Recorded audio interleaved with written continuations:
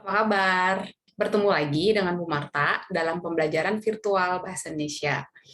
Kali ini kita akan melanjutkan materi kita yang sebelumnya, yaitu hari ini kita akan membahas tentang nilai-nilai dari teks cerita sejarah. Kemarin pembelajaran sebelumnya kita sudah membahas tentang pengertian, ciri-ciri, dan apa saja perbedaan teks sejarah dengan teks cerita sejarah. Sekarang kita akan melanjutkan materi berikutnya, itu tentang nilai-nilai yang ada dalam sebuah cerita sejarah. Berbicara tentang nilai, Bu Marta punya cerita nih tentang nilai. Nilai yang Bu Marta maksud di sini, yang akan Ibu ceritakan itu adalah nilai rapot. Ketika sekolah, pasti ketika kita jadi menjalani status sebagai murid, pasti kalau bicara tentang nilai, pasti yang kita ingat nilai ujian, nilai di rapot, gitu kan. Nah, waktu Bu Marta SD, Bu Marta tuh punya cerita unik tentang nilai. Bu Marta itu dulu waktu kelas 5 SD pernah dapat nilai 5 di rapot, nilai IPS. Nah, pulang sekolah, sampai di rumah, Bu Marta dimintain rapot, mana nih rapotnya gitu, sama orang tuanya Bu Marta, sama mama waktu itu. Terus dikasih, terus dilihat ada nilai 5, ada nilai merah, ada angka merah. Jadi kalau di rapot Bu Marta tuh kan gurunya kan nulis pakai pulpen ya, beneran ditulis pakai pulpen, dan ketika nilai kita rendah 5 itu beneran ditulis pakai pulpen warna merah. Jadi langsung terlihat kan, mencolok gitu, wah ada nilai merah nih. Bu Marta langsung dimarahin, diomelin, disuruh keluar, diusir dari rumah. Lalu di tangan Bu Marta tuh diikat di pohon alpukat yang ada di depan rumah. Itu cerita nyata. Yang ibu waktu itu kesal sama orang tuanya Bu Marta, sedih gitu. Kenapa dihukum sampai menurut Bu Marta itu berlebihan ya? Kenapa seberlebihan itu dihukumnya hanya mendapat 1 angka merah di rapot? Kalau dulu Bu Marta SD tuh nggak ada yang namanya KKM. Jadi nilai berapapun yang kita dapat, itu yang ditulis gurunya sama pakai pulpen gitu. Terus Bu Marta tuh tangannya diikat ke pohon alpukat, baru bisa masuk ke rumah tuh sampai sore. Bayangin dari jam 10, waktu ingat masih SD kan, kalau kita SD kan pulangnya cepat ya. Jadi Bu Marta pulang jam 10, lalu diikat di pohon alpukat itu jam 10 sampai jam 4 sore. Itu cerita Bu Marta tentang nilai. Yang setelah ibu dewasa, baru Bu Marta sadar kenapa itu orang tua Bu Marta lakukan. Karena orang tua Bu Marta tuh pengen ngajarin kalau kita sebagai murid, kita sebagai siswa, otomatis tugas kita, tanggung jawab kita adalah bagaimana caranya menjalani tugas dan tanggung jawab kita itu dengan benar. Itu dengan benar kan, otomatis ketika kita menjalani dengan benar, maka kita akan mendapatkan nilai yang bagus. Nah, saat itu Bu Marta tidak menjalaninya dengan baik dan benar, makanya nilai IPS-nya tuh merah. Jadi mengajarkan yang namanya tanggung jawab. Seperti itu. Nah, Bu Marta pengen nanya nih sama kalian. Kalian punya cerita cerita yang berkesan nggak tentang nilai? Gitu. Bisa tentang nilai apapun, boleh ya. Kalau tadi Bu Marta ceritanya tentang nilai di rapot, seperti itu. Nanti kalau kalian punya cerita yang menarik tentang nilai, boleh cerita di kelas dengan Bu Marta, atau juga bisa komen di tayangan YouTube Bu Marta ini nanti. Oke? Lanjut ya.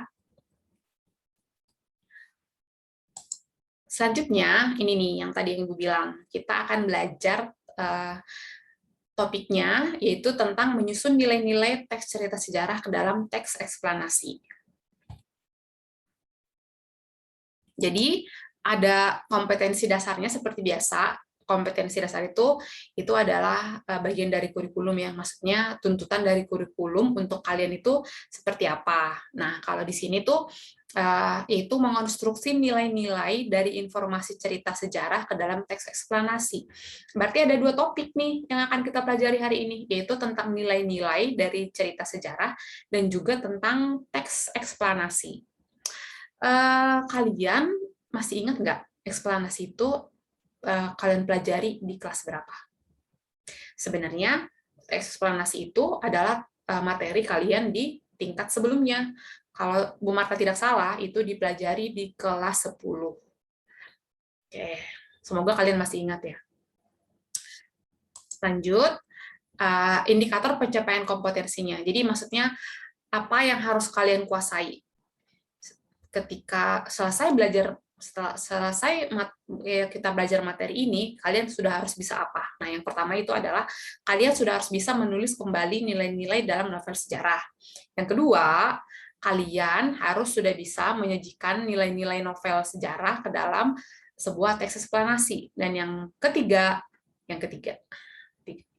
Oke, mempresentasikan, menanggapi, merevisi teks eksplanasi yang disusun. Jadi yang pertama tadi nanti kan ada sebuah novel sejarah tuh. Nanti kamu cari tuh nilai-nilai yang terdapat dalam novel itu apa. Lalu kemudian nilai-nilai itu akan kamu susun ke dalam sebuah teks eksplanasi. Lalu nanti kamu akan mempresentasikannya. Mempresentasikan itu bisa dalam bentuk kamu bikin tayangan YouTube bisa, atau bisa kamu dalam bentuk tulisan. Tapi nanti untuk kali ini kita akan buat presentasinya dalam bentuk tulisan saja. Tulisan yang paling bagus, yang paling sesuai. Nanti kita akan lihat ya seperti apa tugas yang lebih detailnya, kita akan lihat di tayangan berikutnya. Nih, seperti tadi pertanyaan Bu Marta, menurut kalian apa itu nilai? Apakah nilai itu hanya sekedar angka di rapot? Apakah nilai itu hanya sekedar nilai tugas? Atau nilai itu menurutmu apa sih gitu? Kalau dengar kata nilai, yang langsung kamu ingat itu apa? Yang terlintas di benakmu itu apa?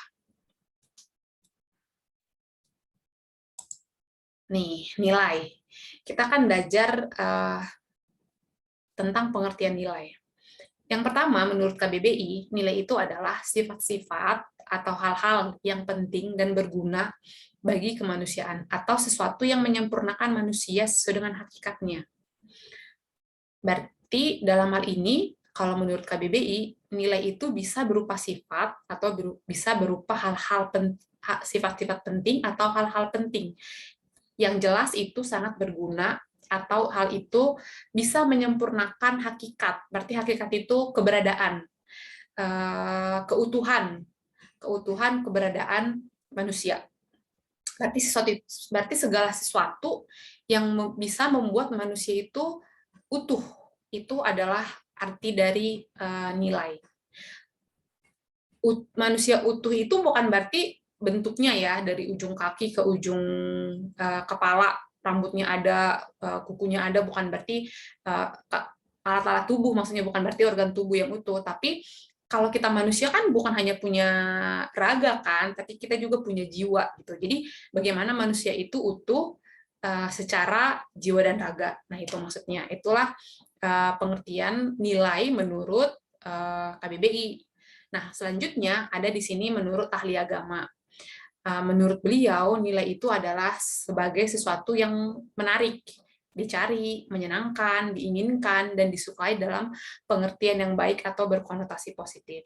Jadi, kalau dia segala sesuatu yang baik, segala sesuatu yang positif, segala sesuatu yang dicari, yang menyenangkan, berarti menyenangkan itu maksudnya dalam arti yang positif ya di sini ya, diinginkan dalam arti yang positif. Misalnya, apakah banyak yang menyenangkan tapi justru itu negatif seperti itu. Tapi yang dimaksudkan di sini adalah segala sesuatu yang diinginkan, yang dicari, yang menarik, tapi dalam artian yang positif. Yang tadi, yang membangun, yang menyempurnakan hakikat manusia. Jadi hampir sama. Secara sederhana jadi kita simpulkan dari yang dua itu, secara sederhana dapat dikatakan bahwa nilai merupakan sebuah ide atau konsep atau segala sesuatu yang dalam kehidupan dan menjadikannya sempurna, yang dalam sesuatu yang dalam yang penting dalam kehidupan seseorang dan menjadikannya menjadi sebuah perhatian. Bukan perhatian, perhatiannya benar. Jadi secara sederhana dapat dikatakan bahwa nilai merupakan sebuah ide atau konsep tentang sesuatu yang penting dalam kehidupan dan menjadi perhatiannya.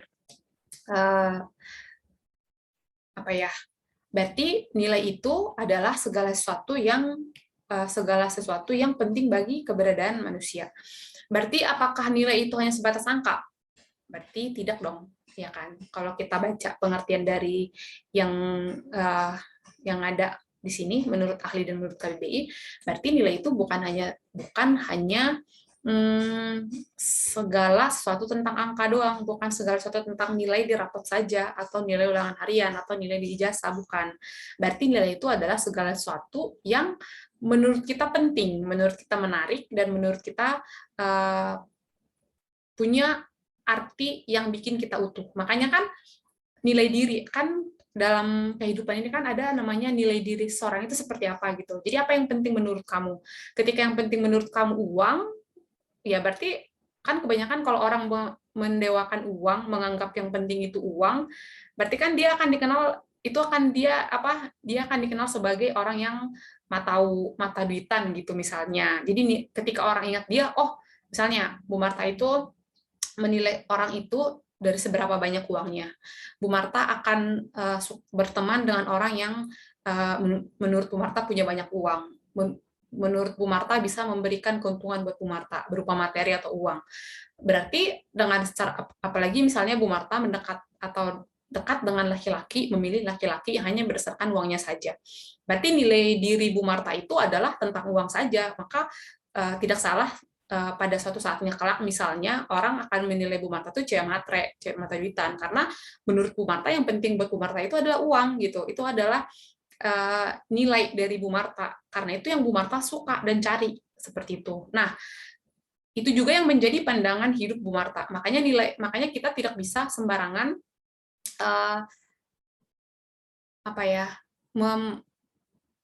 menganggap segala sesuatu itu hal yang paling kita harus benar-benar memilih atau memperhatikan apa sih yang sebenarnya kita inginkan, apa sih sebenarnya yang satu yang menarik yang kita cari. Jangan sampai itu yang menjadi fokus kita, karena kita akan dinilai berdasarkan itu, akan dinilai orang berdasarkan itu, seperti itu. Meskipun sebenarnya nilai diri kita itu adalah di nilai diri kita itu sebenarnya secara utuh yang sebenarnya adalah sudah baik dibuat oleh Tuhan. Tapi kan kita yang sering menyalahgunakannya gitu. Kita yang sering salah mempersepsikannya dalam kehidupan kita sehari-hari. Makanya Bu Marta pesankan kepada kalian ketika kita belajar tentang nilai ini, coba deh kamu juga berpikir, kamu itu ingin dinilai orang seperti apa? Pribadi kamu, seperti itu. Nah, sama halnya dalam teks cerita sejarah. Ketika ada orang menulis teks cerita sejarah, otomatis ada dong yang ingin disampaikannya buat pembaca gitu. Ada nilai, ada pesan. Nah, biasanya kenapa dia ingin memberikan pesan itu buat pembaca? Karena menurut dia itu sesuatu yang penting gitu. Makanya kita akan bisa lihat itu menurut penulis ini apa sih yang penting gitu dalam kehidupan ini. Itu bisa kita baca dalam tulisan-tulisan dia gitu. Itulah nilai-nilai itulah yang akan kita gali dari sebuah cerita sejarah. Itulah yang akan menjadi pelajaran buat kita juga. Bagaimana sih pandangan dari penulis itu tentang hakikat manusia itu seperti apa? Paham ya? Ibu harap kalian paham sejauh ini. Lanjut. Nah, ini ada jenis-jenis nilai yang bisa kita temukan dalam cerita sejarah. Ini pengelompokannya. Yang pertama itu adalah nilai moral. Yang kedua nilai budaya. Yang ketiga itu nilai agama. Yang keempat nilai sosial. Yang kelima nilai estetis. Dan yang terakhir itu adalah nilai pendidikan. Yang pertama nilai moral.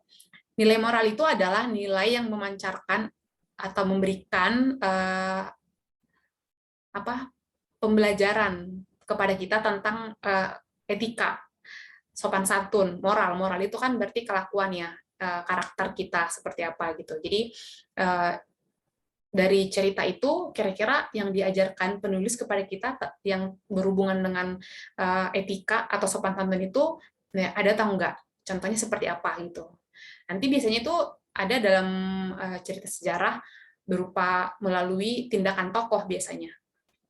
Bagaimana sih tindakan tokoh, karakter tokoh itu yang akan menjadi cara penulis untuk menunjukkan nilai itu bisa ditulis langsung melalui tersurat, bisa melalui tindakan tokoh-tokoh yang terdapat dalam cerita itu, atau bisa juga melalui perkataan tokoh-tokoh yang ada di cerita itu, atau pola pikir tokoh-tokoh itu. Kan sebenarnya di balik tokoh itu kan ada penulis ya. Jadi yang memainkan, yang membuat skenario tokoh di cerita itu kan ya penulis gitu. Jadi makanya penulis itulah yang punya visi sebenarnya. Melalui tokoh ini saya ingin pembaca cerita ini belajar tentang apa. Nah, itu tentang dia, yaitu tentang nilai-nilai ini seperti itu. Yang kedua itu adalah nilai budaya, nilai yang berkaitan dengan peradaban atau kebudayaan masyarakat. Tahu ya, budaya itu berarti segala sesuatu yang disepakati oleh masyarakat terkait kepercayaan mereka, terkait adat istiadat di daerah mereka. Seperti itu. Yang ketiga itu adalah nilai agama, nilai yang bersumber dari nilai-nilai agama atau kepercayaan terhadap Tuhan. Yang keempat itu adalah nilai sosial. Nilai sosial itu adalah nilai yang mengatur hubungan antara manusia. Jadi bagaimana caranya supaya kita dengan manusia yang lain tuh bisa akur, bisa hidup damai. Itu adalah nilai-nilai sosial. Yang berikutnya adalah nilai estetis. Nilai estetis itu adalah nilai yang berhubungan dengan seni, berarti keindahan.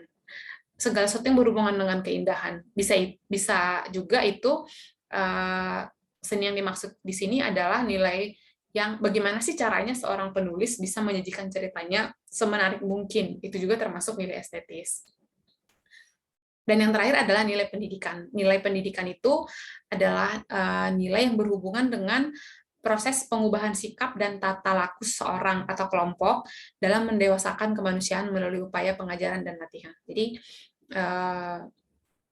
seperti apa pesan yang ditulis oleh penulis dalam cerita itu yang berhubungan dengan ajaran dan latihan, seperti itu. Jadi yang berhubungan dengan pendidikan. Makanya kan kalau kalian pendidikan SMA, SMP, di dalam kalian menjalani itu kan ada yang namanya latihan, ada yang namanya ajaran, itu semua adalah bagian dari proses pendidikan, seperti itu. Paham ya? Lanjut, kita ke nih contoh. Bu Marta akan memberikan contoh kepada kalian bagaimana cara menggali sebuah nilai-nilai dalam sebuah novel. Nah, di sini Bu Marta itu mengambil novel sejarah yang berjudul Bumi Manusia. Itu penulisnya adalah Pramudia Anantatur. Novel ini sudah ada filmnya, sudah berapa kali cetak gitu novel ini. Sebenarnya sudah lama tapi dicetak kembali dan dibuat menjadi film. Novel ini menceritakan tentang kehidupan manusia lah ya, kehidupan pada zaman dahulu ketika Indonesia dijajah. Mungkin di kelas Bu Marta sudah pernah mengajarkan ini. Ketika dulu ketika dulu bangsa Indonesia dijajah oleh bangsa Belanda. Nah, itu adalah latar ceritanya. Itu adalah bagian sejarahnya, dan itu benar kan, benar terjadi itu peristiwa penjajahan di Indonesia itu. Nah, di situ ada ceritanya, di cerita itu ada laki-laki, tokoh utamanya itu bernama Minke. Dia adalah manusia pribumi asli suku Indonesia, tapi dia punya keistimewaan mungkin karena dia dari keluarga yang cukup berada atau ayahnya punya jabatan. Oh, dan dia yang paling utama sih yang ibu tangkap, yang ibu ingat karena ibu udah lama bacanya, dia pintar. Jadi sehingga tulisan dia waktu itu banyak dimuat di koran-koran Belanda, dan dia bisa bahasa Belanda, jadi dia dapat bersekolah di sekolah yang didirikan oleh Belanda, namanya HBS. Karena dia pintar, jadi dia punya keistimewaan lah, bisa sekolah di sekolah yang sebenarnya itu hanya untuk orang-orang terpandang. Jadi dia bisa masuk ke sekolah itu. Nah, di situ dia bertemu dengan Annelies. Annelies itulah yang nanti akan menjadi istrinya. Annelies ini adalah anak dari Nyai Ontosoro. Nyai Ontosoro ini adalah perempuan asli orang Indonesia yang dinikahi oleh laki-laki Belanda. Jadi Annelies ini adalah perempuan yang lahir dari dua apa ya, kalau bilang tuh campuran lah, Indo gitu maksudnya, campuran antara Belanda dan Indonesia. Mamanya Nyai Ontosoro orang Indonesia, papanya orang Belanda. Nah, diceritakan di sini selain Minke, laki-laki yang pintar itu, tokoh yang juga banyak disoroti adalah Nyai Ontosoro, mamanya Annelies ini juga. Kenapa? Karena dia sebenarnya dijadikan oleh Belanda itu, orang laki-laki Belanda itu sebagai istri simpanan. Sebenarnya laki-laki Belanda itu punya istri juga di Belanda. Selain di Indonesia, dia juga punya istri di Belanda, seperti itu. Jadi dia istrinya di Indonesia lah, gitu.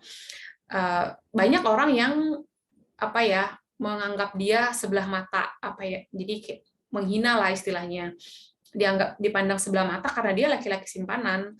Karena dia perempuan simpanan. Udah dia perempuan simpanan orang Belanda lagi, yang notabene waktu itu kan Indonesia dijajah Belanda, otomatis kebanyakan orang Indonesia benci dong sama orang-orang Belanda.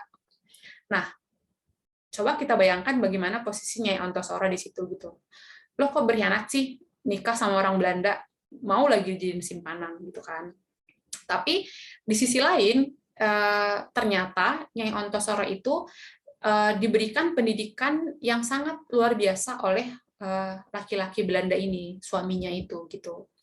Meskipun dia seorang istri simpanan, dia diberikan pelatihan, dia diberikan ilmu-ilmu yang pada akhirnya itu sangat bermanfaat buat dia. Belanda kan datang ke Indonesia kan ingin menguasai kekayaan bumi Indonesia kan, rempah dan segala macamnya. Dan suaminya Ontosoro ini, laki-laki Belanda itu punya perusahaan di Indonesia gitu, punya perusahaan jual beli cengkeh, rempah-rempah gitu, punya usaha dagang, dan Nyai Ontosoro ini dididik untuk bagaimana caranya bisa menjalankan perusahaan itu. Nah, itulah mungkin yang diambil sisi positif yang diambil Nyai Ontosoro ini. Jadi dia diajari bahasa Belanda, meskipun dia hanya perempuan simpanan, dia diajari bahasa Belanda, bagaimana caranya ilmu hukum, dia diajari ilmu hukum, dia diajari ilmu dagang, dia diajari ilmu politik seperti itu oleh sang suaminya. Jadi meskipun dia perempuan simpanan, dia dikasih ilmu, dan kelak Nyai Ontosoro ini adalah juga bertindak sebagai guru untuk mengajari masyarakat pribumi, masyarakat Indonesia yang lain seperti itu. Jadi ilmu yang dia dapat dari suaminya yang Belanda itu dia pergunakan untuk kehidupan dia dan juga untuk kehidupan bangsa Indonesia yang lain, mengajari perempuan-perempuan atau bangsa Indonesia yang lain supaya mereka juga pintar seperti itu. Itu adalah kisah sedikit sinopsis dari novel Bumi Manusia ini seperti itu. Nah, nilai yang pertama yang bisa kita dapat di situ adalah nilai religius, nilai tentang agama. Tadi kan Ibu cerita tentang Minke ya, Minke dan Annelies. Annelies itu tadi itu anaknya Nyai Ontosoro.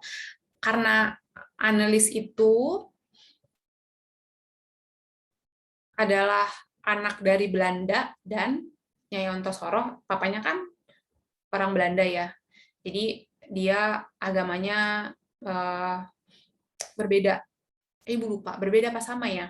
Tapi ada di sini kutipan percakapan mereka yang berkaitan tentang nilai religiusitas, nilai agama. Apa sekolahmu dulu? Tanya Minke kepada Annelies saat berbincang di ruang tengah. ALS, tidak tamat, belum lagi kelas 4. Mengapa tak diteruskan? Ada kecelakaan. Tiba-tiba Annelies bertanya, kau Islam? Mengapa? Supaya tak termakan babi olehmu. Terima kasih.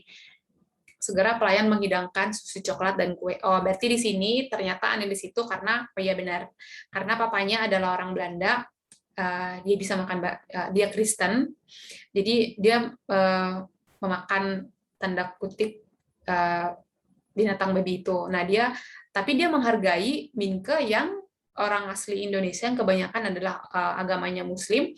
Dia tidak ingin jangan sampai si Minke ini makan makanan yang haram itu, seperti itu. Jadi dia tanya, agamamu apa? Gitu. Terus dia, Islam. Kenapa? Ya jangan sampai nanti kau makan babi, gitu kata dia. Itu adalah cara dia menghargai. Kita belajar juga nih dari Annelies. bagaimana caranya menghargai perbedaan agama. Jadi toleransi beragama gitu ya, yang ingin diajarkan di situ. Ada di situ tuh. Jadi si Pramudia Nantatur itu belajar mengajarkan kepada kita melalui kedua tokoh ini, Minke dan Annelies, supaya kita juga menghargai perbedaan agama. Seperti itu. Atau membantu agama lain supaya mereka jangan sampai tersesat. Nah, itu kan dari tokoh Annelies, dia nanya, kamu agamanya apa? Gitu. Jangan sampai nanti Minke itu salah makan gitu kan, jadi melanggar aturan agama mereka. Yang berikutnya adalah nilai moral. Nilai moral. Coba kita baca kutipannya. Berani Sinyo lakukan itu? Tanya Nyai Ontosoro kepada Minke. Kami diajar untuk secara jujur menyatakan perasaan hati kami. Gitu. Jadi Pak Sinyo itu adalah panggilan untuk anak laki-laki zaman dahulu. Nyai Ontosoro itu tanya kepada Minke, kamu emang berani mengatakan perasaan kamu sebenarnya? Gitu. Terus Minke jawab, ya kami diajar untuk selalu jujur, untuk menyatakan perasaan hati kami. Tuh. Percakapan Nyai Ontosoro dan Minke. Minke berani untuk mengungkapkan kejujurannya. Sebagai seorang yang terpelajar, sikap jujur merupakan karakter yang ditanamkan dengan baik. Nah, ini sikap jujur. Itu adalah nilai moral, nilai karakter yang perlu kita tanamkan dalam diri kita. Jadi, melalui percakapan Nyai Ontosoro dan Minke ini, penulis mengajarkan kepada kita supaya kita juga menjunjung tinggi dan juga menumbuh kembangkan sikap jujur, karakter jujur, moral kejujuran. Berikutnya adalah nilai budaya. Di sini itu tanda kau bukan Jawa lagi, tak mengindahkan siapa lebih tua, lebih berhak akan kehormatan, siapa yang lebih berkuasa. Orang Jawa sujud berbakti pada yang lebih tua, lebih berkuasa, suatu jalan pada penghujung keluhurannya.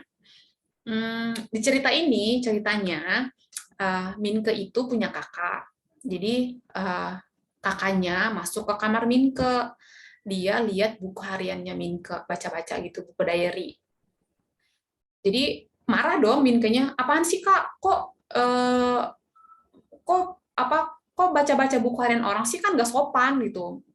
Mamanya dengar ketika mamanya datang ketika mereka sedang berantem, ketika dia sedang marah-marah kepada kakaknya. Mamanya marah, kamu kenapa kok marah-marah sama kakakmu kan lebih tua, harusnya diajar orang Jawa tuh nggak boleh loh kalau adik itu marah-marah kepada kakaknya, harusnya menghormati orang lebih tua gitu.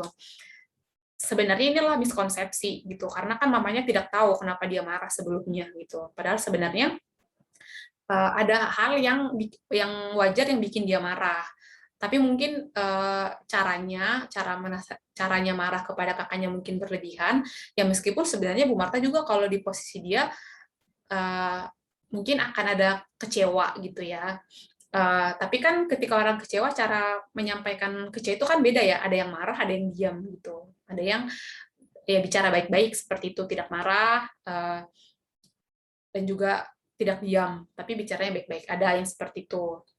Kebetulan Minke di situ dia marah terhadap kakaknya. Karena sebenarnya kan buku diary itu privasi ya. Jadi kita harus menghargai privasi orang. Kalau itu bukan milik pribadi kita, ya harusnya kita tanya dulu boleh nggak dibaca gitu. Apalagi yang namanya diary. Itu kan sangat-sangat privasi. Harusnya kakaknya meskipun dia kakak, dia tidak punya hak untuk baca tanpa izin. Harusnya dia izin seperti itu. Tapi yang hal lain yang kita pelajari di sini, makanya kan penulis membuat tulisan ini ya, itu tanda kau bukan Jawa lagi. Jadi pesan yang ingin juga dituliskan oleh penulis itu, selain kita harus menjaga privasi orang, kita juga harus belajar yang namanya menghormati pada orang yang lebih tua. Gitu. Jadi itulah pesan yang lain yang ingin disampaikan oleh penulis kepada kita. Yang berikutnya adalah nilai sosial. Pramudia Nantatur, penulis novel itu juga mengajarkan ke kita tentang empati, itu nilai sosial ya. Nilai sosial itu berarti nilai yang mengatur hubungan antara manusia.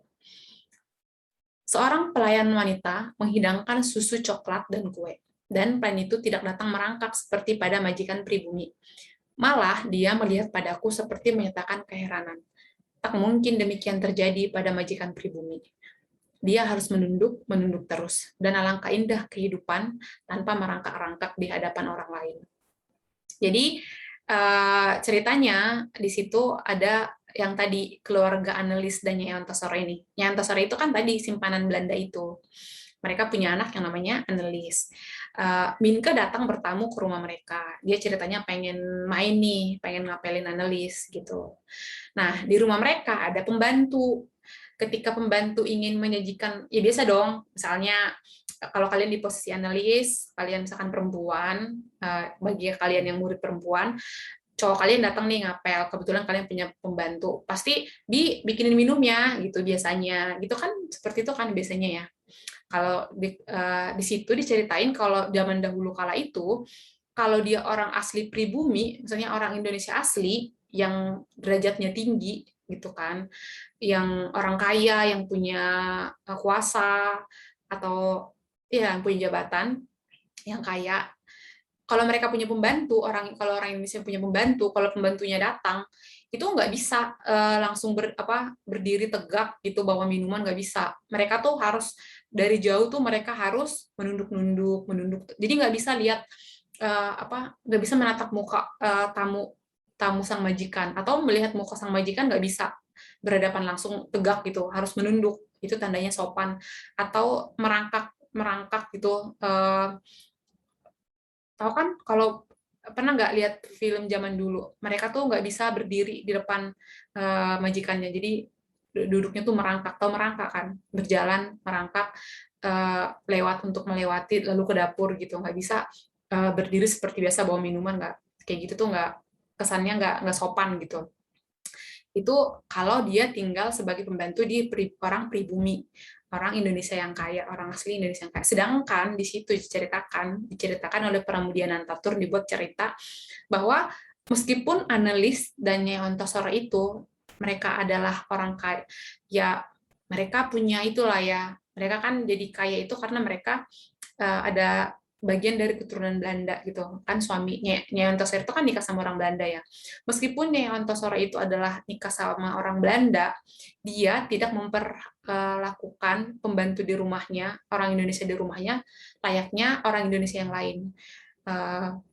Begitupun sang suaminya, meskipun dia orang Belanda, pembantu di rumah mereka ya dihormati, berdiri ya harus, ya kalau mengantar makanan ya mengantar makanan seperti biasa aja, tegak gitu, nggak perlu merangkak, nggak perlu menunduk-nunduk, nggak perlu takut. Jadi istilahnya yang penting sopan, tapi santai aja, yang penting sopan gitu. Di situ digambarkan bahwa keluarga Annelies dan Yantosoro memiliki sikap empati yang besar meskipun terhadap pelayan mereka sendiri. Mereka tidak memberikan peraturan untuk pelayan mereka yang mengharuskan untuk menyembah majikannya sendiri, seperti kebanyakan yang terjadi kepada pelayan yang memiliki majikan pribumi seperti itu. Nah, itu adalah contoh itu adalah sikap yang diajarkan oleh Pramudia Nantatur. Jadi di novel itu dia buat cerita seperti itu pada zaman dahulu kala itu.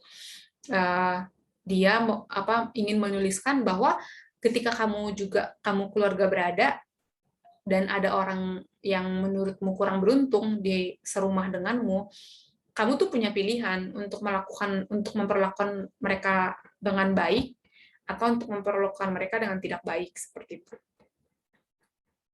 Ya meskipun pada akhirnya pada waktu itu kan emang kebiasaan yang terjadi di saat itu kan ya seperti itu, kalau pembantu itu harus merangkak dan menunduk ketika di depan majikannya, istilahnya seperti itu. Tapi kan mereka juga sama-sama manusia gitu. Ketika kamu nggak memperlakukan dia seperti itu, kamu membolehkan mereka untuk ya layaknya manusia seperti kamu, nggak harus menunduk dan merangkak, ya kenapa enggak gitu. Itu kan pilihan ya. Seperti itu. Itu nilai sosial. Yang berikutnya adalah nilai pendidikan. Nah, ini yang tadi Ibu ceritakan. Bukan saja pandai, juga baik hati. Dia yang mengajari aku segala sesuatu tentang pertanian, perusahaan, pemeliharaan hewan, pekerjaan kantor. Mula-mula diajari aku bahasa Melayu, kemudian membaca dan menulis. Setelah itu juga bahasa Belanda. Papamu bukan hanya mengajar dengan sabar, juga menguji semua yang telah diajarkannya. Dia haruskan bahasa Belanda dengannya. Kemudian diajarinya aku berurusan dengan bank, ahli-ahli hukum, aturan dagang, semua yang kuajarkan padamu sekarang. Ini percakapan Annelies dengan mamanya. Annelies nanya, papa itu seperti apa sih, Ma gitu. Jadi di cerita ini suaminya Ontosora itu, sang laki-laki Belanda itu sempat pulang ke Belanda gitu. Jadi tinggallah Nyai Ontosoro membesarkan Annelies untuk waktu yang sangat lama mereka tinggal di Indonesia. Annelies nanya, papa itu seperti apa sih? Mama gitu, dia nanyakan karena mungkin dia sudah lama ditinggal, dia lupa seperti apa papanya itu. Mamanya cerita nih, Nyai Ontosoro ini yang orang Indonesia ini. Bukan saja pandai, juga baik hati. Dia mengajarkan aku segala sesuatu tentang pertanian, perusahaan, pemeliharaan hewan. Ini tadi yang Ibu Marta ceritain. Meskipun dia orang Belanda, meskipun dia mengambil keuntungan yang banyak dari orang Indonesia, dari kekayaan Indonesia lah ya. Maksudnya, Ibu tidak tahu persis seperti apa, apakah dia, kalau di sini ceritain dia orangnya baik hati. Berarti ya dia datang murni untuk berbisnis dengan baik gitu. Buktinya juga di situ diceritakan dia mengajarkan pribumi dengan baik gitu. Nyai Antosoro salah satunya sebagai selain sebagai ya meskipun dia diperlakukan sebagai istri simpanan, tapi lihat di situ kan dijelasin bukan saja pandai, tapi dia juga baik hati. Dia mengajari aku segala sesuatu tentang pertanian, perusahaan, pemeliharaan hewan, pekerjaan kantor. Mula-mula dia ajari aku bahasa Melayu, kemudian membaca dan menulis. Ternyata waktu itu kan perempuan apalagi ya tidak bersekolah kalau dulu zaman dijajah. Tapi oleh sang Belanda ini, si suaminya itu, si Nyai Antosoro ini, diajari belajar membaca, diajari belajar menulis, diajari bahasa Belanda, diajari bahasa Melayu, diajari ilmu hukum, diajari gimana caranya berurusan dengan bank gitu. Jadi dia benar-benar diperlengkapi dengan baik secara ilmu pendidikan gitu. Diajari bagaimana caranya bekerja secara profesional supaya nanti Nyai Ontosoro ini bisa juga meneruskan perusahaan yang sang suaminya itu tinggalkan di Indonesia gitu. Jadi nanti dia bisa mengurus perusahaan sang laki-laki Belanda itu di Indonesia seperti itu. Nah, ilmu-ilmu itu juga yang tadi diajarkan suaminya oleh Nyai Ontosoro diajarkan kembali kepada Annelies, kepada anak perempuannya itu. Gitu. Lalu yang terakhir, nilai estetika. Pakaian dan permunculanku sekarang ini aku anggap produk bumi manusia akhir abad 19, kelahiran zaman modern. Twente telah menenunkan untuk orang Jawa juga memilihkan bahannya. Tenunan desa tinggal dipakai orang desa. Hanya yang membatik tinggal orang Jawa, dan tubuhku yang sebatang ini tetap asli. Ini ketika waktu itu tuh ceritanya Minke dilantik menjadi bupati, jadi dia berpakaian yang rapih ketika dia akan dilantik. Orang yang berpakaian tidak rapih serta terlihat kusut kurang mendapatkan kehormatan dan penghargaan dari orang lain. Sebaliknya, orang yang berpakaian rapi dan sopan akan mendapatkan penghormatan, penghargaan, dan pelayanan dari orang lain. Busana juga melambangkan jati diri. Jadi, kalau berpakaian itu seni ya, apakah seni itu kan segala sesuatu yang indah. Cara berpakaian kita itu menunjukkan kita tahu nggak yang indah itu seperti apa. Itu salah satunya. Makanya kan guru-guru kan mengajarkan kamu untuk rapi, supaya kamu indah dilihat orang. Makanya that's why ketika laki-laki kebanyakan ada juga, ibu pernah lihat guru nanya kepada siswa laki-laki yang kebetulan pakaian tidak rapi. Kamu belum punya pacar ya? Belum. Oh, pantas seperti itu. Karena kan kalau biasanya kalau kita punya pacar atau kita menyukai sama seseorang, otomatis kita ingin dong dilihat rapi gitu. Bukan berarti harus semuanya baru, tapi rapi aja semua pada tempatnya gitu. Kalau aturannya baju harus masukin ke dalam, ya dimasukin ke dalam.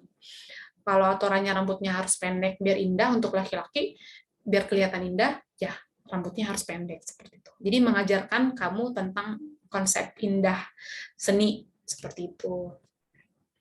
Itu adalah seperti itu juga yang diajarkan oleh Pramudia Anantatur lewat cerita ini. Ini paragraf ini lewat paragraf ini bahwa diceritakan tokoh Minke itu adalah tokoh selain dia pintar, dia juga orang yang tahu seni seperti itu. Itu adalah nilai-nilai yang terdapat dalam teks Bumi Manusia. Itulah nilai-nilai yang itu hanya sebagian ya, yang Ibu ulas, yang Ibu tangkap dari novel Bumi Manusia. Lalu Next, kita akan membahas tentang teks eksplanasi. Nah, nilai-nilai yang tadi itulah yang akan kita buat, kita susun menjadi sebuah teks eksplanasi. Masih ingat eksplanasi itu apa? Masih ingat nggak? Kalau nggak ingat nih, Bu Marta kembali mengingatkan kalian. Teks eksplanasi adalah teks yang menjelaskan sebab akibat suatu fenomena, baik itu peristiwa alam, ilmu pengetahuan, sosial, budaya, dan lainnya. Teks eksplanasi berisi fakta yang dapat menjawab pertanyaan bagaimana dan mengapa suatu fenomena terjadi. Bagaimana sih sesuatu itu bisa terjadi? Mengapa itu bisa terjadi? Gitu. Nah, itulah yang akan dijelaskan di sebuah teks eksplanasi. Struktur teks eksplanasi. Nah, seperti biasa, satu teks itu kan punya struktur ya. Yang pertama, di paragraf awal tuh dijelaskan bagaimana itu nama strukturnya itu pernyataan umum. Isinya itu berupa latar belakang, definisi, klasifikasi, sejarah, dan asal-usul dari sebuah fenomena. Bagian dalam teks ini berupa gambaran secara umum tentang mengapa, bagaimana fenomena sosial bisa terjadi. Seperti itu. Yang struktur berikutnya, yang kedua, paragraf berikutnya, harus menjelaskan tentang deretan penjelas, berisi perincian proses atau sebab terjadinya suatu fenomena yang juga mencakup akibat dan dampak yang ditimbulkan. Yang terakhir, yaitu interpretasi dan kesimpulan. Bagian ini berisi penafsiran penulis mengenai topik dan dengan perspektif tertentu yang lebih luas dan menyeluruh, serta menjelaskan korelasi peristiwa yang menyertainya. Pada bagian akhir atau kesimpulan, terdapat anggapan penulis dalam menyikapi fenomena berupa pernyataan reflektif yang bersifat umum. Jadi intinya di awal tuh dijelaskan dulu definisinya apa, asal-usulnya dari mana, seperti itu, atau sejarahnya seperti apa, latar belakangnya seperti apa. Kemudian dijelaskan deretan penjelas bagaimana prosesnya itu bisa terjadi. Lalu berikutnya ada bagaimana pandangan penulis tentang peristiwa itu, tentang fenomena itu gitu. Itu adalah struktur teks eksplanasi. Caranya, jadi bagaimana sih caranya menyusun sebuah teks eksplanasi berdasarkan nilai-nilai yang terdapat dalam cerita sejarah. Yang pertama, tentukan dulu menentukan cerita sejarah. Pada tahap ini, kalian menentukan cerita sejarah yang akan kalian identifikasi nilai-nilainya. Yang kalau Bu Marta tadi udah menentukan ya, yang Bu Marta pilih itu, jadi di sini kamu menentukan novelnya novel apa. Bu Marta sudah memilih yaitu novel Bumi Manusia. Yang kedua, mengidentifikasi nilai-nilai cerita sejarah. Kegiatan ini dilakukan untuk menganalisis nilai-nilai yang terkandung dalam karya tersebut yang akan dijadikan bahan untuk dikonstruksi dalam teks eksplanasi. Nah, yang kedua, Bu Marta, kita akan disuruh mencari nilai-nilai apakah yang terdapat dalam novel tersebut. Nah, Bu Marta tadi udah tuh, yang Bu Marta jelasin tuh ada 6 jenis nilai yang terdapat dalam novel Bumi Manusia. Yang kemudian membuat kerangka tulisan. Jadi dibuat kerangka itu kan berarti garis-garis besar ya. Kira-kira nanti paragraf pertama akan menulis apa, paragraf kedua akan menulis apa, paragraf ketiga akan menulis apa gitu. Lalu yang keempat, mengonstruksi. Kegiatan ini mengonstruksi nilai-nilai dalam teks cerita sejarah menjadi teks eksplanasi. Nah, di sini disusunlah tuh. Tadi kan hanya kerangkanya doang, lalu dikembangkan menjadi sebuah teks yang utuh. Dijelasin lah tuh. Kan tadi hanya garis-garis besarnya saja. Lalu kemudian dijelaskan semuanya. Yang dari garis-garis besar itu dikembangkan menjadi sebuah cerita. Lalu kemudian menyunting. Setelah ditulis, misalkan 3 paragraf, dilihat nih, tanda bacanya udah baik atau benar, huruf kapitalnya udah baik atau benar, seperti itu. Ada nggak yang penjelasan yang kurang lengkap dari kerangka-kerangka yang tadi? Kemudian menulis kembali. Ketika udah salah kan diperbaiki, lalu ditulis kembali menjadi sebuah cerita yang sudah lengkap dan huruf kapital atau tanda bacanya sudah benar, seperti itu. Ini adalah 6 langkah untuk menyusun nilai-nilai sejarah menjadi sebuah teks eksplanasi. Berikutnya ini adalah contohnya. Bu Marta sudah membuatkan contoh. Bu Marta sudah melakukan ke-6 ini dan membuatkan contoh untuk kalian. Nih, Bu Marta membuat judulnya adalah Hormat dan Menghormati. Mengapa Bu Marta memilih teks ini? Ini Bu Marta. Jadi ketika kalian menyusun teks eksplanasi berdasarkan nilai, itu kalian tidak harus memasukkan semua nilai-nilai yang ada dalam novel itu. Tapi Bu Marta menyoroti di sini yaitu nilai nilai sosial, kalau tidak salah. Coba ya Ibu cek.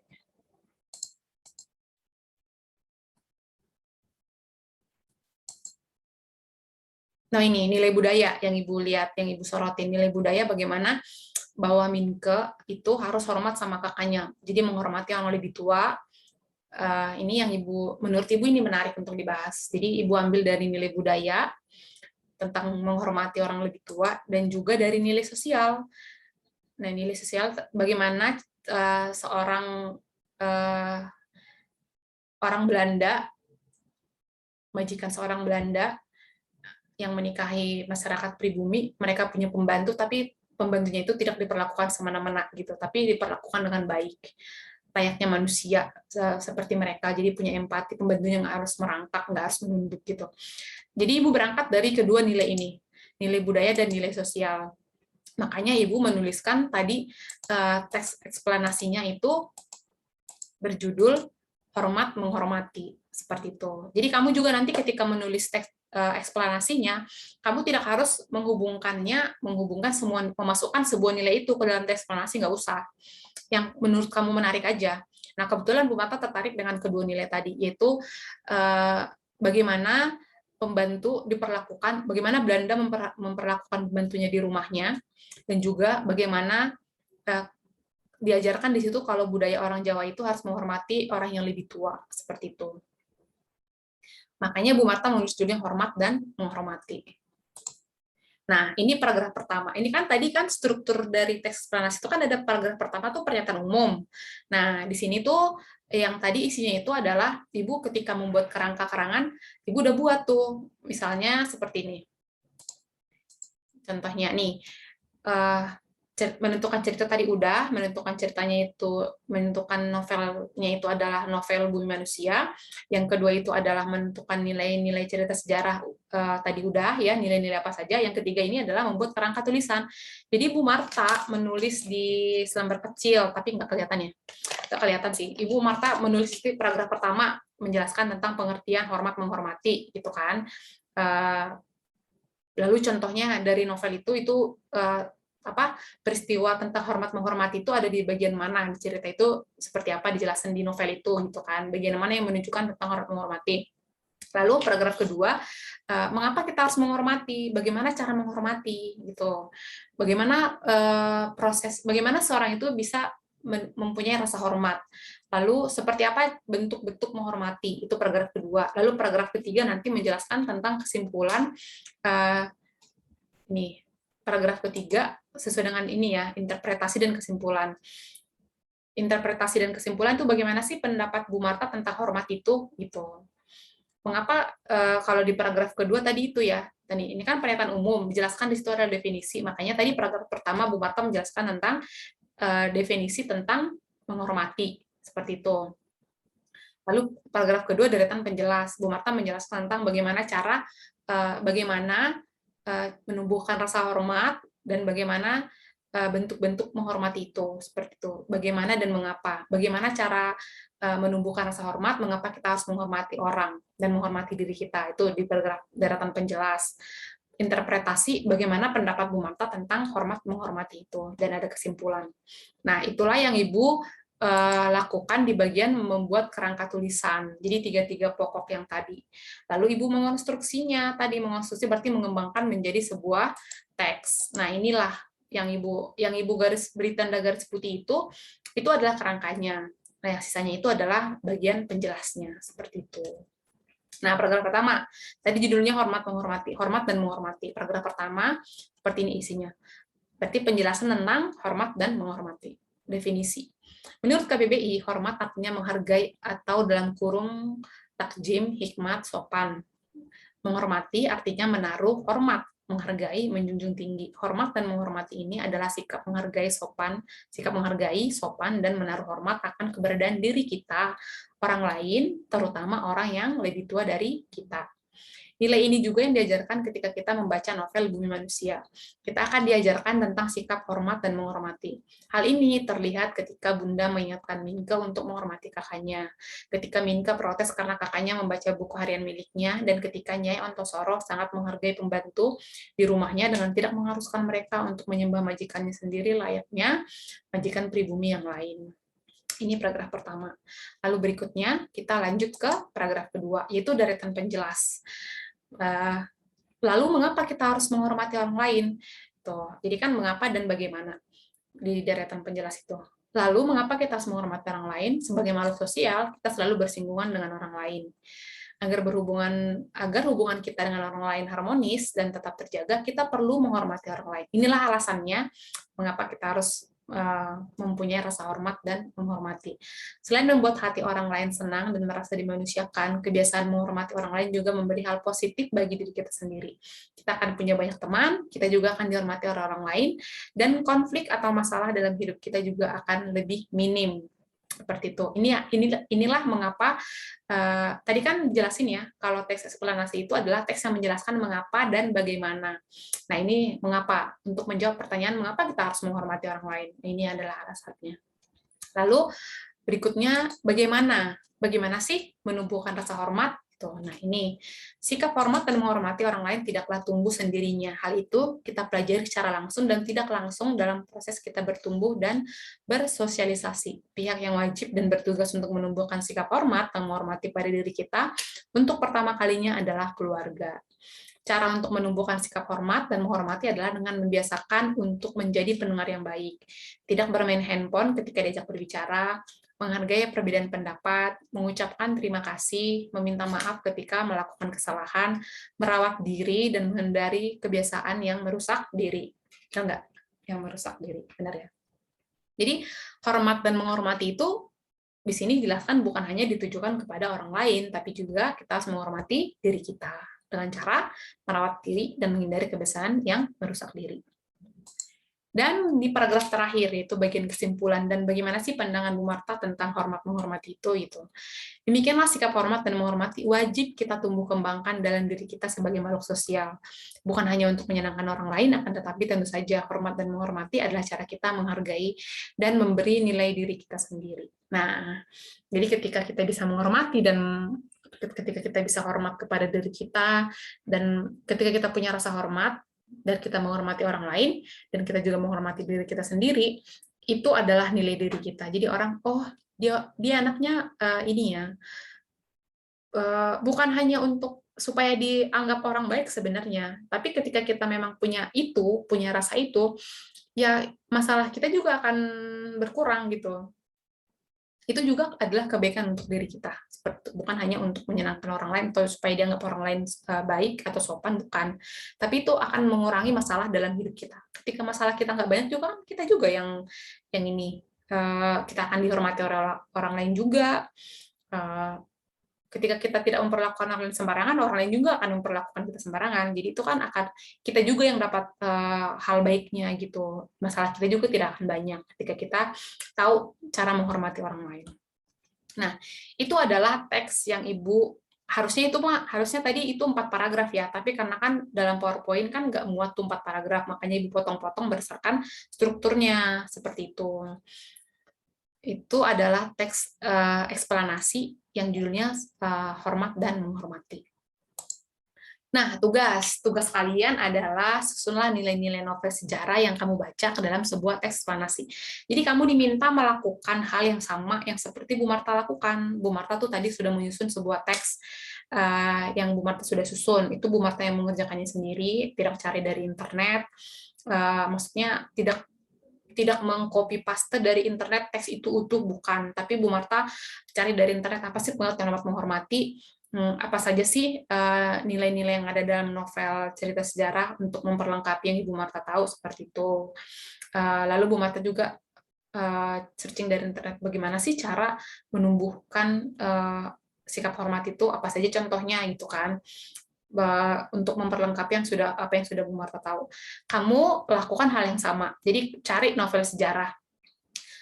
Nanti kamu bisa mengetikkan di internet, misalkan jenis-jenis novel, contoh-contoh novel sejarah. Atau lebih bagus lagi kalau kamu sudah pernah baca novelnya. Nah, kalau kamu sudah pernah baca kan kamu bisa analisis tuh apa saja sih nilai yang diajarkan kepada kita gitu melalui kutipan-kutipan paragrafnya itu kira-kira ada nilai apa yang terkandung misalnya. Kalau kamu tidak yakin kamu bisa cari dari internet. Misalkan kamu udah baca novel apa ya? Ronggeng Duku Paru, misalkan kamu udah baca tuh novelnya, tapi kamu nggak yakin sama nilai-nilainya, kamu tinggal cari dari internet nilai-nilai yang terdapat dalam novel Ronggeng Duku Paru, misalkan. Tapi ingat, harus novel sejarah, harus cerita sejarah. Tidak boleh cerita yang novel atau cerita yang lain, harus yang mengandung sejarah, novel sejarah. Jadi berarti kamu bisa tuh cari di internet contoh novelnya dulu. Apa sih novel-novel apa sih yang termasuk novel sejarah? Pilih salah satu. Kemudian nilai-nilai ketik lagi di internet. Nilai-nilai apa yang nilai-nilai apa yang terdapat dalam novel itu. Lalu nanti kamu susun kerangkanya seperti Bu Marta tadi. Kamu pilih nih nilai apa yang akan kamu kembangkan menjadi sebuah teks. Tidak harus semua nilai ya. Kalau semua nilai bisa kamu masukin bagus. Tapi kalau seperti Bu Marta tadi hanya ada 2, nilai budaya dan nilai sosial, nggak apa-apa. Yang penting bisa kamu kembangkan menjadi sebuah teks eksplanasi. Lalu susunlah dia menjadi sebuah teks eksplanasi. Kamu susun, kamu tulis di kertas, seperti itu. Lakukan hal yang sama yang seperti Bu Marta lakukan. Lalu apa ininya? Bagaimana cara Bu Marta nanti menilai tugas kamu? Yang pertama yang Bu Marta nilai adalah kesesuaian nilai teks cerita dengan teks eksplanasi yang dikonstruksi. Jadi sesuai nggak nilai cerita yang ada dengan yang dikonstruksi. Jadi berarti yang kamu harus lakukan tadi, yang seperti Bu Marta tadi, kamu kan tentukan dulu nih jenis novelnya apa. Yang kedua, kamu tulis tuh nilai-nilai apa yang terdapat dalam novel itu. Kan Bu Marta tadi juga melakukan yang sama ya. Novelnya udah Ibu tentukan, terus juga Bu Marta tadi sudah menulis nilai-nilai lengkap dengan kutipannya. Jadi kamu juga harus menulis kutipannya seperti tadi Bu Marta. Itu bisa kamu cari dari internet. Yang kedua, setelah kamu tentukan nilainya, pilih nilai mana yang akan kamu susun menjadi sebuah teks eksplanasi. Jadi benar nggak ada nilai, misalkan ketika kamu membuat judulnya misalnya kemiskinan, misalkan judul novelnya, apakah benar di kutipan di nilai-nilai itu ada tentang kemiskinan? Atau misalkan kamu buat tentang kejujuran misalnya, apakah di kutipan di nilai-nilai novel yang kamu tuliskan itu ada tentang kejujuran? Nanti Bu Marta lihat itu dinilai apa itu misalnya. Sesuai dengan karakteristik yang kedua, sesuai dengan karakteristik eksplanasi. Benar ya, karakteristik teks eksplanasi itu maksudnya apakah ada pernyataan umum, deretan penjelas, interpretasi. Jadi, apakah benar teks eksplanasimu itu menjelaskan tentang bagaimana dan mengapa sesuatu itu terjadi, bisa terjadi dan mengapa gitu. Yang ketiga, menggunakan diksi sesuai dengan kaidah PUPB. Jadi, tadi ketika Bu Marta menulis teks cerita sejarah itu kan semuanya tidak ada kata yang tidak baku ya, semuanya baku gitu. Yang keempat, menggunakan kaidah penulisan yang baik dan benar. Tanda baca, huruf kapital. Itu. Terus yang terakhir, menggunakan paragraf yang padu. Jadi, apakah berhubungan? Jangan-jangan paragraf pertama menjelaskan tentang hormat menghormati, giliran paragraf kedua menjelaskan tentang kemiskinan. Gitu. Nggak nyambung kan? Jadi harus satu kesatuan semuanya. Seperti itu. Satu topik, satu ide. Gitu. Inilah yang akan Ibu nilai dari tugas kalian. Seperti itu. Kalau ada yang kurang jelas, ada yang tidak dimengerti, boleh ditanyakan kepada Bu Marta di kelas atau lewat WA Bu Marta boleh, atau melalui komen di tayangan Bu Marta ini juga boleh. Nah, berita baiknya untuk kalian, karena menurut Bu Marta, ini kamu kerjanya lumayan sulit, tantangannya ini lumayan. Karena yang pertama, kamu harus menentukan novelnya dulu. Yang kedua, kamu harus menuliskan nilai-nilai yang terkandung di dalamnya. Yang ketiga, kamu harus bikin kerangka karangannya. Yang keempat, lalu kamu harus mengembangkannya. Yang kelima, kamu harus melihat apakah huruf kecil, huruf kapital, lalu tanda bacanya sudah benar. Itu kan lumayan banyak langkah-langkah ya yang harus kamu lalui ya. Seperti ini tuh. Ini kamu harus melalui nih, maaf. Nih, ada 6 langkah yang harus kamu lakukan. Jadi, menurut Bu Marta ini lumayan sulit untuk kalian. Tapi Enggak sih, enggak lumayan sulit sih, bisa. Kalian bisa kok, Ibu yakin. Ibu sudah melihat bagaimana cara kalian mengerjakan tugas-tugas yang selama ini Ibu kasih, dan terbukti kalian bisa mengerjakannya. Nah, untuk kali ini Bu Marta akan memberikan apresiasi untuk kalian. Untuk kalian yang bisa mengerjakan tugas ini sesuai dengan tadi ketentuan yang penilaian yang Bu Marta berikan, jadi ketika nilai ini benar-benar, nilai kalian adalah jumlah skor dikali 10. Ketika ini kan 5 ya, berarti 10 kali 10, 100.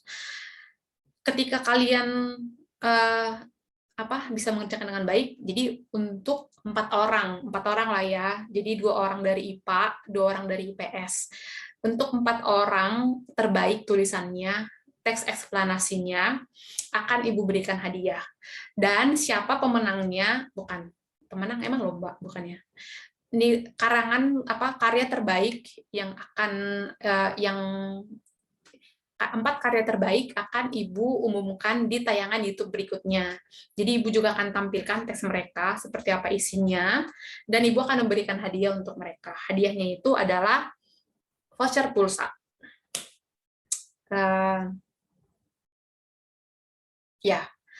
Voucher pulsa besarnya berapa? Berapa ya? Kasih berapa ya di voucher pulsanya ya? 20.000? Bagaimana kalau 20.000? Sesuai nggak? Sesuai lah ya, 20.000. Kalau misalkan Bu Marta harus ngasih satu orang 20.000, 80.000, bisa lah. Jadi 4 orang terbaik akan diberikan hadiah pulsa 20.000, seperti itu. Jadi lumayan lah ya untuk membantu kalian untuk